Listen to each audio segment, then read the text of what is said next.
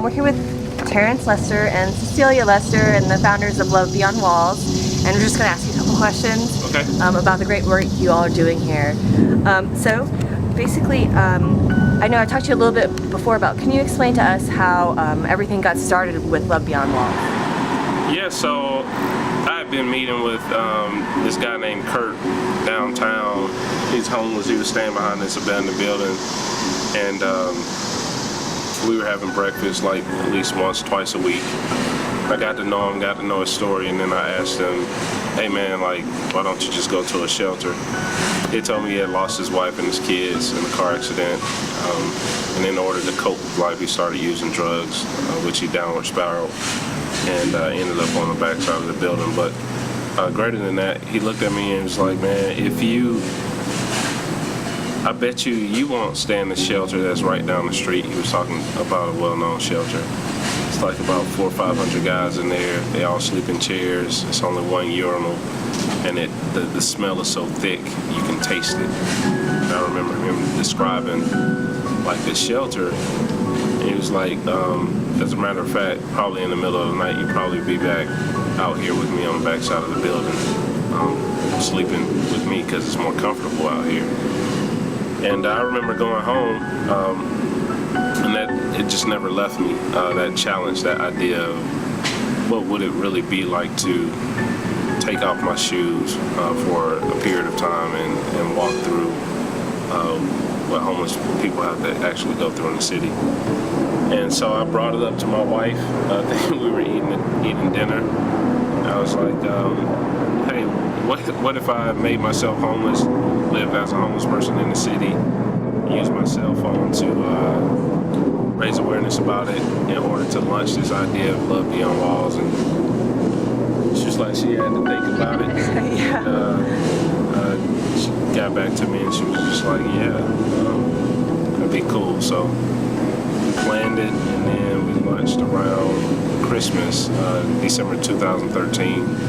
So I actually stayed among the homeless in the heart of the city, in Tent City, during one of the coldest winters with nothing. I took nothing. I cut all contact off except using my cell phone for safety. And I leveraged the power of social media to tell all the stories that I encountered, and even what I was going through. Personally, I blogged about it, I documented it. And people started following. And we had ideas in our minds of how we wanted to mobilize people, so it was kind of like a segue into how we mobilize people to serve others. Right. And you're saying before, like, mobilizing people and sort of getting them involved, like... Yeah. I mean, we live in an information age, and it's so, I guess it's easier to sit back and look at content on your laptop or from your cell phone, where most people are. They're engaged in some type of technological device. But we wanted to not only engage them with content that they could, that would connect with them emotionally, but we also wanted to give a call to action of how people could get from behind their devices and actually get engaged in the trenches. And you told me, what do you think it is about the power of, the personal story? Like, what led you to think, I need to be the one to go and live on the street? Like, to you, what was that? How was that making a difference? It goes back to the story I was telling you about. One of my friends, he was telling the story about how he was cruising through lights. Music was blasting, his kids were in the back, and they went through this light, and all of a sudden his 12-year-old daughter broke down and started crying. And he turns around and says, what's going on, what's wrong? And she says, did you not see the mother and the child standing back there at the last light? And it was like, it woke him up, because it was like, either people are too busy, where they get totally distracted, or it's just not apparent, like it's not up close and personal to them, where there isn't that empathy there. And one of the ways in which storytelling works for us is, well, me personally, when I go through some of these demonstrative type campaigns, it gives people a up and close lens to be able to look through me, like sacrificing myself and my life and giving up some of my luxuries to give people a closer connection to the actual need. So it's like almost like a stethoscope, you know. We all know there's a heartbeat, but when you put the stethoscope over somebody's chest or whatever, you can actually hear it up close and personal. So that's kind of like how I view the demonstrative type campaign. And I think too, like when you were doing those, you would say during the campaign and when you went homeless, it showed him what the need was. Like in the wintertime, we didn't know how many socks people use, the different ways that they use them. They use them for gloves, they use them for their feet, they use them for all these different things. And while he was out there, or when he does these demonstrative campaigns, we found out what the need really is firsthand. Yeah, and giving people a voice, like giving them humanity and dignity back. Yeah. That's great. And I think you were telling me a little bit about how, you know, predating even when you were decided to, you know, be homeless and on top of us, an effort to raise money to get that all shaped up. Like it even goes back maybe even to like an earlier spark where you guys were just a newly married couple. Can you guys tell me a little bit about that story? Oh, yeah. So we were driving downtown and in Augusta, you don't really see homeless people like you do here. Or I think you do now, but when I was a little bit younger, I didn't really see homeless people. So when we were driving downtown one day, we saw some people, and he was like, you know, those people are homeless. I was like, oh, okay. And we were like, let's go home and get everything in our closet that we don't wear and just give it away. So we drove home, packed up everything, and took it back downtown. And we went back down in that spot. It was a lady there. And we popped our trunk, opened up the trash bag with stuff in it, and I had some Reeboks, classic white Reeboks, and they were size 7.5, and the lady came over and she grabbed them and she was like, she started crying, and she was like, these are my size, I prayed for these last night, or I prayed for these shoes, and it happened, you know. So for me, that was like I was like, wow, a need was met, and like that was one of the things that kind of sparked. Yeah, we were early 20s, like yeah, like 20 and 22, somewhere around there. Right. And it's funny because I was talking to someone today and they echoed a little bit about what you were saying too, when you're like in your early 20s and you can be thinking about maybe the struggles you're going through or maybe not having enough, but something about doing something for other people like spoke to you. Can you tell me a little bit about that? Yeah, I mean, we were young and college kids and stuff like that, and we were just kind of like, I mean, we had our own challenges, but instead of focusing on that, we said, let's take our excess, because, you know, like in the United States of America, you always have excess, right? Let's take our excess and go and serve somebody in that way. And that actually lifted us and lifted our spirits as we were serving somebody else. Because, you know, in this country, the idea is if you're going through a challenge, the solution is to get more. And that's not really the solution. The solution is to have less and be satisfied with what you have that's less. And that contentment, out of that contentment, you're able to do much more by blessing others. Yeah. Okay, and then can you talk to me a little bit about the name Love Beyond Walls? I mean, I love it. You know, where does that come from, and what does that mean to you?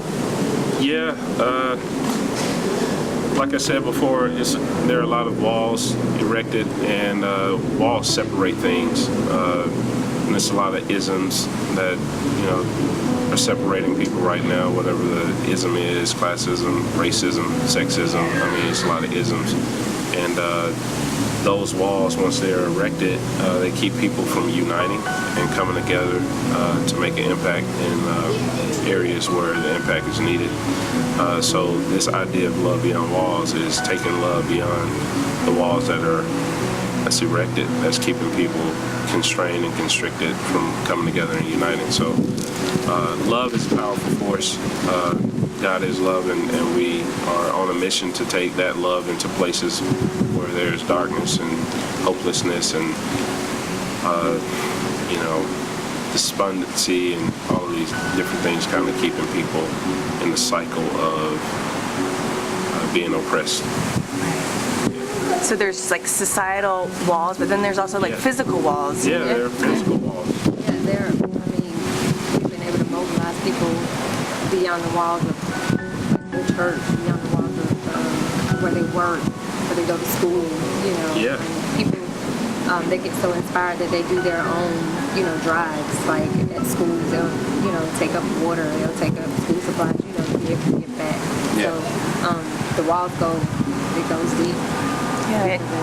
And you spoke to me a little bit there too, because when you're out in the community, like what kind of difference does that make in what you're able to give or do? You're saying, you know, with the socks and the gloves, you wouldn't know that. So what have you found since even when we were right before we were preparing to do this lady walked up with her son. She's like, walked a mile here just for diapers. You know, when you're not able to keep yourself clean, that's it's public health concerns, right?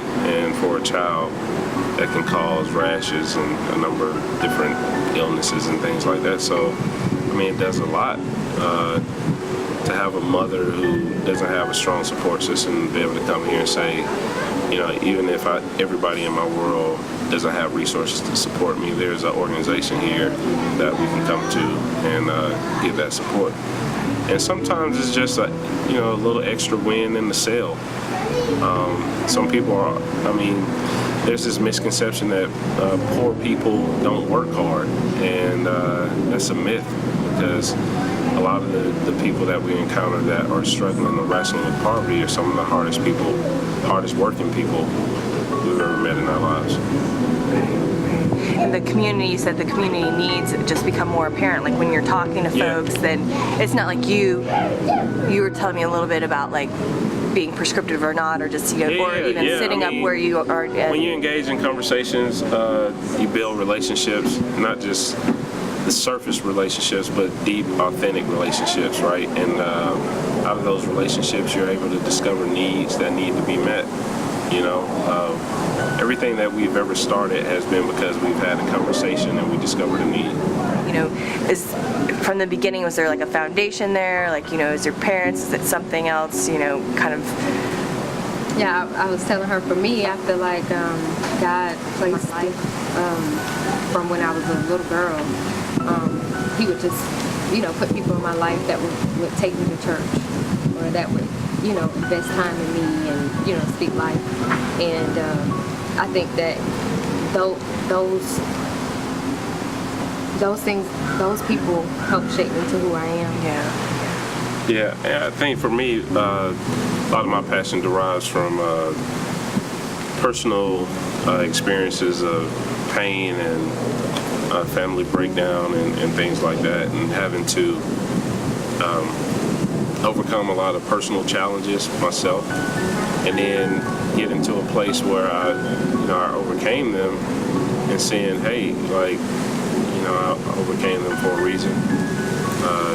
My gifts, my talents, my intellect, these things can be used now to go back and help people who was once like me. Right. Yeah. Because you're saying a lot of people don't understand, or they think of people having a hard time as not relatable or not like someone just like that. I mean, and it's very hard to overcome challenges and break out of cycles, but once you do, like, you're empowered to the point where you can go back and speak life into someone else, that sort of thing. Yeah. Just because you'd mentioned that you had some like tough teen years and stuff, and grew up, was involved in a lot of trouble as a teen. Even alternative high school that I went to is like literally less than a mile away from my office now. From dropping out of that school to get into a place where I went back and continued education, and went on to college and to get further education, even graduate education, just a bunch of things. Being in trouble as a juvenile, you know, and overcoming a lot of those challenges, because my trajectory from a societal standpoint of statistical data would show that because I'm young, I'm African American, I wasn't going to end up anything, you know. And I even had people to tell me that, but you know, I found the will and the power within myself, and then I found faith, and God allowed me to overcome a lot of those things. So. Right, you said there was a guy in an unexpected place that kind of said something to you. Is that like what like kind of woke you up a little bit, or? Yeah, I mean, I had a number of those instances. One that I'll never forget is I was at alternative school, and we were about to ditch school for the day, and I was with a couple of my friends, and we were walking out. It was this homeless guy, like literally less than a mile away from my office now. He gets my attention, just come over here. So I started to talk to him. He said he didn't want any money from me after we started talking. He says, man, you know, you got a lot of smarts about yourself. You're probably going to be a leader, and you're going to be leading sort of like the guys that you're around now. And I was like, what are you talking about? But I'll never forget that conversation, because I left it and I was like, wow, this total stranger saw something in me that I couldn't even see in myself right then. And it was a number of those instances where people would call out stuff that they could see in me, speaking to my potential that I couldn't see in myself. And then finally, one day, that compounded, and I had this aha moment. It's just like, maybe something's to this. Yeah. That's great. That's great. And you said, you know, people are kind of like counting you out or things like that. Yeah. Yeah, and I mean, I know what it feels like to be counted out. And I think that's why my heart is so compassionate, so empathetic toward those who are considered less than, right? Because society counts them out. People who are don't care about others count them out, you know. Maybe their circumstances have communicated that to them as well. And I just have a heart for those people, because I know what it feels like to be the underdog, and I have to overcome challenges just to even be noticed. Right. I feel like that's part of what people are getting here too when they come here. Yeah. You know, being here today, you can see that love emphasis. Yeah. And we want to notice people. Yeah. I think you told me about maybe like what you see for the future, or the next thing for you guys with the love centers and all that. Yeah. Well, we hope to expand our work and offer programs from a holistic perspective, like mental health counseling, have a medical clinic, a place for hygiene and public health. Have a wash house, we have food pantry, all those different elements, worship, where people could come here and not leave here with referrals thinking, I have to find strength to even go to the next place. Because if it was all in one place, that would remove a lot of barriers, and because we have trust with the people, we can remove those barriers so they could engage in all of these programs that will help them become self-sufficient. So we want to launch this concept called the Love Center, southwest side of Atlanta, and hopefully to replicate it across the country in urban centers. So it's kind of like a one-stop shop where you can get all in one space. Because transportation is a huge challenge, and just putting up those extra barriers, like you said. So what can people do if, you know, they're hearing your stories and are inspired? You know, like I am. Like, what can people do? Like, what do you all need here at Love Beyond Walls? What do you encourage people to do, even if it's not with you guys? You know? You know, even if it's not with us, I always tell people to get involved somewhere and just start doing something. Don't sit idle. People can also go to our website. They can lovebeyondwalls.org. They can volunteer. They can also see some of our ongoing needs. Like, we're always in need of certain items to be able to continue to serve people. And I was to ask people to pray for their prayers out there, and to pray that we continue to reach more people. It's all about the people. That's why